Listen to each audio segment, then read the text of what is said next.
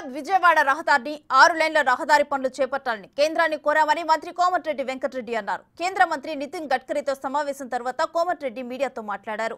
ఎన్నికల వల్లే regional ring ఆలస్యమైందన్నారు. త్వరలోనే రీజనల్ రింగ్ రోడ్డు కోసం ఒక ప్రత్యేక సమావేశం పెడతామని గడ్కరీ చెప్పారన్నారు. తెలంగాణలో పెండింగ్లో ఉన్న రోడ్ల నిర్మాణాలపై నితిన్ గడ్కరీతో కోమటిరెడ్డి వెంకటరెడ్డి మాట్లాడారు. రాష్ట్ర అభివృద్ధికి సహకరిస్తామని నితిన్ గడ్కరీ చెప్పారని మంత్రి తెలిపారు. కేంద్ర మంత్రి బండి సంజయ్తో పాటు కిషన్ రెడ్డిని కూడా మర్యాదపూర్వకంగా కలుస్తానన్నారు కోమటిరెడ్డి. ఉప్పల్ గట్కేసర్ ఫ్లైఓవర్ టెండర్లు రద్దు చేసి కొత్త టెండర్లకు పిలవాలని అధికారులను ఆదేశించారన్నారు.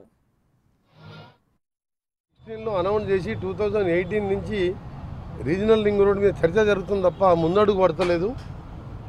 గత ప్రభుత్వం దాని మీద కొన్ని అనౌన్స్ చేసినప్పుడు యూటిలిటీ చార్జ్ కడదామని చెప్పి ఒప్పుకొని తర్వాత వాళ్ళు మేము కట్టామని చెప్పడం, నేషనల్ హైవే వాళ్ళు దాన్ని బ్యాక్ పోవడం, మళ్ళీ మా గవర్నమెంట్ వచ్చిన తర్వాత నేను వచ్చి గడ్కరీ గారి ఆనరబుల్ మినిస్టర్ గారిని కలిసి సీఎం గారు నేను ఇద్దరం కలిసి వారిని ఒప్పిస్తే వాళ్ళు యూటిలిటీ ఛార్జ్ కూడా మీరు కట్టే అవసరం లేదు, మేమే కట్టుకుంటామని చెప్పి ముందుకు వచ్చి రావడం, దాన్ని వేగవంతం చేసే ప్రక్రియలో ఎలక్షన్ కోడ్ వచ్చినప్పుడు కొద్దిగా ఆలస్యమైంది.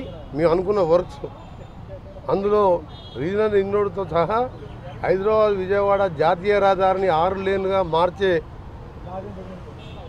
అది ఒక దేశంలోనే ఎక్కువ ట్రాఫిక్ ఉన్న రోడ్డు. 60,000 వెహికల్స్ పర్ డే వస్తాయి. జిఎంఆర్ అనే సంస్థ టోల్ రోడ్డు తీసుకొని యాక్చువల్గా 2024లోనే 6 లేన్గా కంప్లీట్ చేయాలి. కానీ వాళ్ళు వివిధ కారణాలు చూపిస్తూ కోర్టుకు వెళ్తూ దాన్ని 6 లేన్గా టేకప్ చేయలేదు. ఎన్నో యాక్సిడెంట్లు అయ్యి ఎంతోమంది చనిపోవడం, ఎంతోమంది హ్యాండిక్యాప్డ్ కావడం జరుగుతుంది.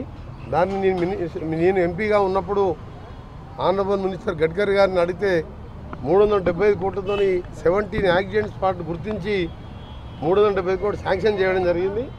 శాంక్షన్ చేసిన తర్వాత 2 సార్లు జిఎంఆర్ వారు కోర్టుకు పోయాను. మళ్ళీ దాన్ని క్యాన్సిల్ చేస్తే 3rd టైం మళ్ళీ టెండర్ పిలిచి నిన్ననే పనులు కూడా ప్రారంభించిన సంగతి మీ అందరికీ తెలుసు.